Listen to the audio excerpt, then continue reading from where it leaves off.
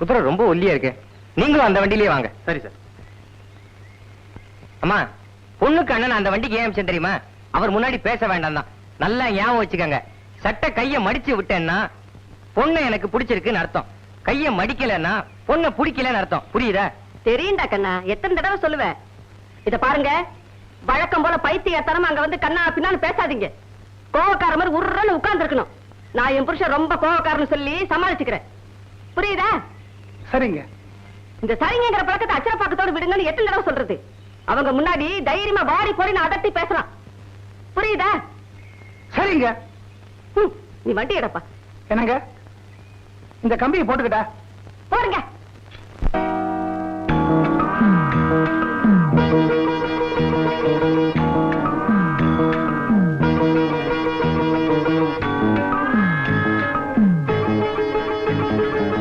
கொஞ்சமா போடுறீங்க, நிறைய போடுறீங்க. ஒருவேளை உங்க பொண்ணு பிடிக்கலன்னு சொன்னா இதெல்லாம் வேஸ்ட் தானே நமக்கு. பேசாம இருங்க, எனக்கு ஏற்கனவே பயமா இருக்குது. மாப்பிள்ளையோட அப்பா ரொம்ப கோக்காரா இருப்பார் போல இருக்கு.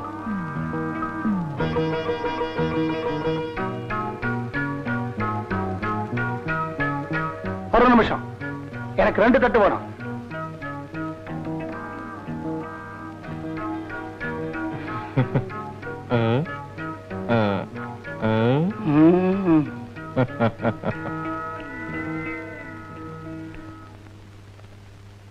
இவ என் பொண்டாட்டி. ஊர்ல சாதாரணமா இவளை என் பொண்டாட்டினே சொல்ல மாட்டாங்க, என்ன பெத்தவன்னு சொல்லுவாங்க. கணேஷா, வளவளன்னு பேசிட்டு இருக்காத, பொண்ணை அழைச்சிட்டு வா.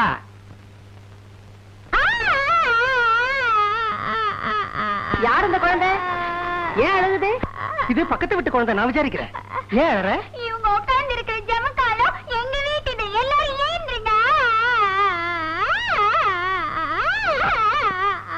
எல்லாரும் சீக்கிரம் சாப்பிட்டுடுங்க. மிக்சர் யார் விட்டுதோ? ஓஹோ, பக்கத்து வீட்டு ஜமக்காலமா? பரவாயில்ல, எந்திரிங்க. இத பாருங்க, நீங்க கோவக்காரர்னு உங்களை பார்த்த உடனே நான் புரிஞ்சுக்கிட்டேன். இருந்தாலும் என்னுடைய நிதி நிலைமை அப்படி. குழந்தை பக்கத்து விட்டது, ஜமக்காலம் அவங்களுது, அழுவுது. தயவு செய்து எழுந்திருக்க முடியுமா? என்னங்க, அவ்வளவு தூரம் கெஞ்சுறாருல, எழுந்திருங்களேன். சரிங்க.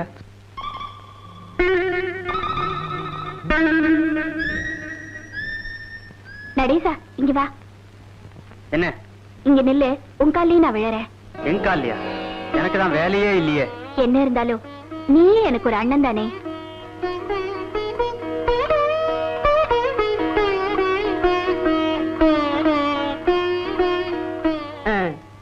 இது என் சொந்த தங்கச்சி, அவன் புருஷன். இது என் சொந்த தம்பி, அவன் பொண்டாட்டி. இவரை பத்தி உங்களுக்கு நல்லா தெரியும். இவங்களோட சொந்த புருஷன். அம்மா, அப்பாவோட சாயம் வெளுத்துட்டு இருக்கு. சீக்கிரம் பொண்ணை வர சொல்லுங்க. ஆமா ஆமா, சாயம் வெளுத்துட்டு இருக்கு. ஆமா ஆமா, சீக்கிரம் வர சொல்லுங்க. பொண்ணை வர சொல்லுங்க. பொண்ணை வர சொல்லுங்க. எப்படி நான் வருது? ஏன்? அந்த கண்ணாடியில பாருங்களேன். மாப்பிள அது இல்லைன்னா அவர் மடியில உட்கார்ந்து இருக்கிற குழந்தை. பக்கத்து வீட்டு குழந்தை. அதுக்கு என்ன? அந்த குழந்தையோட அம்மாவோட புடவைதான் நான் கட்டிக்கிட்டு இருக்கேன். அதனால என்ன? ஐயோ, குழந்தை ஜமக்காலத்தை கட்டுது, கையில கொடுத்துட்டோம். இப்ப அந்த ஆள்ல போய் நமஸ்காரம் பண்ணும் பொழுது புடவையை கேட்டா நான் எப்படி கட்டி கொடுப்பேன்? ஓசி.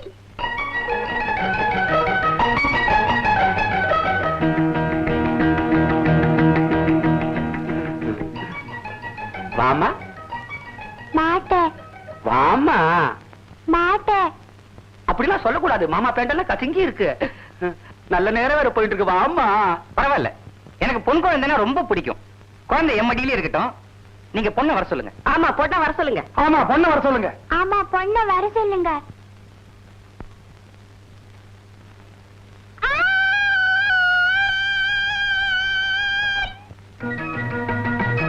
இப்ப தைரியமா போமா.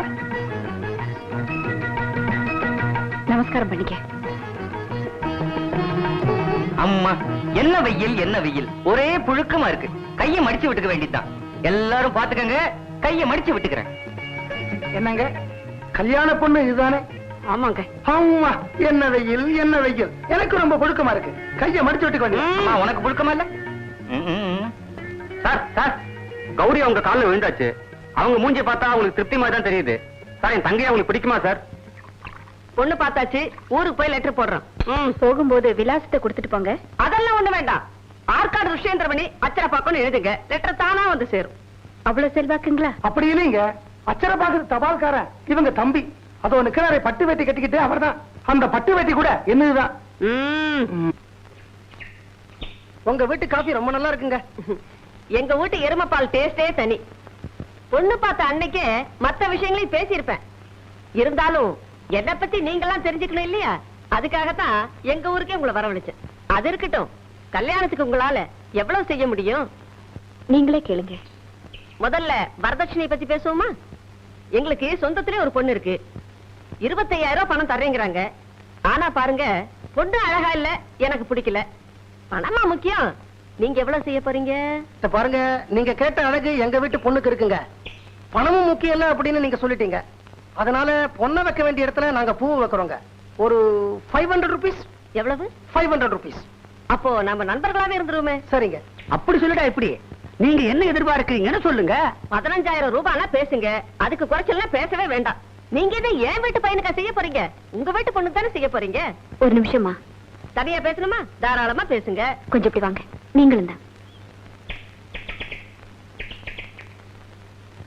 என்னங்க, ஏதோ நம்ம சொந்தத்துல பொண்ணு இருக்குது, 25,000 கூட கொடுக்க தயாரா இருக்கான்னு சொன்னீங்களே, யாருங்க அது?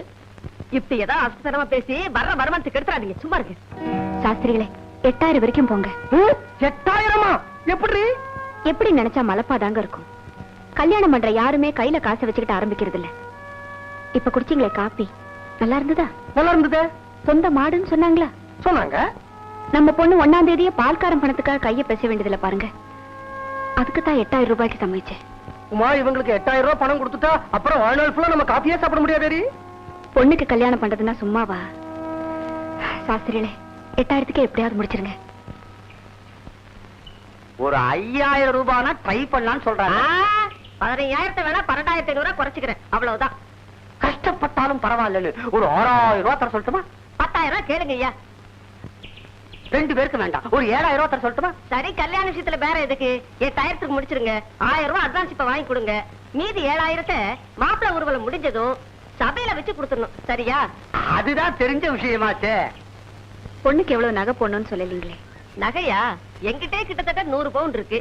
எனக்கு அப்புறம் எல்லாம் அவளுக்கு தானே. அப்ப என் தங்கிக்கு நகையே போட வேணாங்கிறீங்களா? ரொம்ப தேங்க்ஸ்ங்க, நல்லவங்க. பலே பலே, நல்ல தமாஷா பேசுறீங்களே. மாமியார் நானே 100 பவுன் போடுறேன்னா நீங்க அண்ணன் குறைஞ்சது 50 பவுனாவது போட வேண்டாமா? 50 பவுனா? ஏன் இப்படி பயப்படுறீங்க? எனக்கா செய்ய போறீங்க? எல்லாம் உங்க வீட்டு பொண்ணுக்கு தானே. எங்க வீட்டு பொண்ணுக்குனாலும் முடியணும் இல்லீங்களா? சரி, ஒரு 45 பவுன் போடுங்க. ஒரு 10 பவுன். உனக்காக 40 பவுன். உங்களுக்காக 15 பவுன். சரி, உனக்கு வேண்டாம் எனக்கு வேண்டாம், 35 பவுன். ஐயோ, 20 பவுனுக்கு மேல எங்களால முடியாதுங்க. யாரும் பேசக்கூடாது. 25 பவுன். சரி, அவரே சொல்லிட்டாரு. சரி, கல்யாணத்துல எதுக்கு பேரம்? 25 பவுன் ஓகே. வாங்க தோட்டத்துக்கு போவோம். உமா, உமா, என்னங்க, என்னாச்சு உங்களுக்கு? ஏண்டி, ஒரு பவுன் 1,400 ரூபாய் செடி. அப்படின்னா 25 பவுன் 35,000 ரூபாய். எப்படி முடியும்? முடியணும். எதுக்கு முடியணும்? எதுக்கா? எந்திரிங்க. இந்த போர்டுக்கா? என்னது இது? சொந்த வீடுங்க. மாசம் பிறந்து 1ஆம் தேதியே வாடகை பாக்கிக்காக நம்ம குழந்தை கைய பேச வேண்டாம்ல, அதுக்குதான். ஏண்டி, அதுக்காக 1,400 ரூபான்னு வச்சாக்க? பற்றாக்குறை நம்மளோட போட்டுங்க, குழந்தைக்கு வேண்டாம். வாங்க. அம்மா கௌரி, நீ கல்யாணமாகி சொந்த வீட்டுல இருக்க போறமா? ஆனா சத்தியமா உங்க அண்ணன் நடு ரோட்டுக்கு வந்துட போறான். 10,000 ஐயா. 5,000. பெரிய நசக்கேசா போச்சு. 9,000. 6,000. ஆஹா, கடைசியா சொல்றேன் 8,000.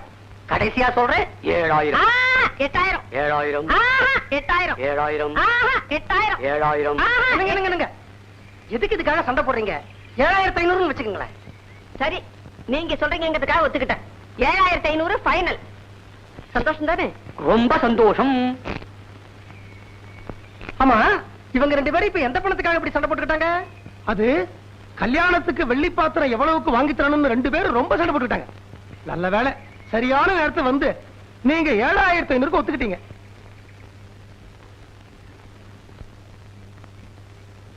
இந்தாங்க, நீங்களும் ஒரு கேரட் சாப்பிடுங்க, நம்ம தோட்டத்தில் விளைஞ்சது.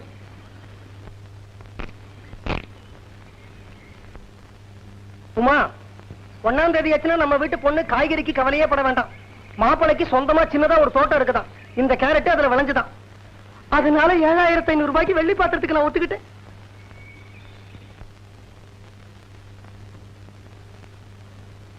எவர்சனர் பாத்திரம், பித்தளை பாத்திரம், மாப்பிள்ளைக்கு சூட்டு, கோட்டு, வாட்சி, மோதிரம், பொண்ணுக்கு 5 பட்டு புடவை, பீரோ, கட்டில், மெத்த, தலகாணி, மாப்பிள்ளை அழைப்புக்கு செருப்பு, கொடை, 500 பேருக்கு 3 வேளை சாப்பாடு, அத்தனை பேருக்கும் போக வர ரயில் சத்தம். அதுக்கு மேல லிஸ்ட்ல விவரமா இருக்குது.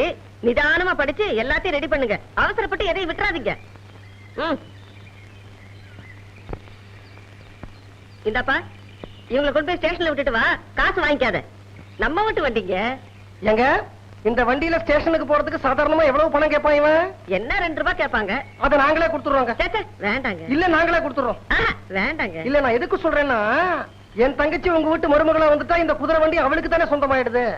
அதனால நான் இப்ப கொடுக்க போற 2 ரூபாய் பணம் நான் உங்களுக்கா கொடுக்கறேன், என் தங்கச்சிக்கு தானே கொடுக்கறேன். வண்டி எடுப்பா.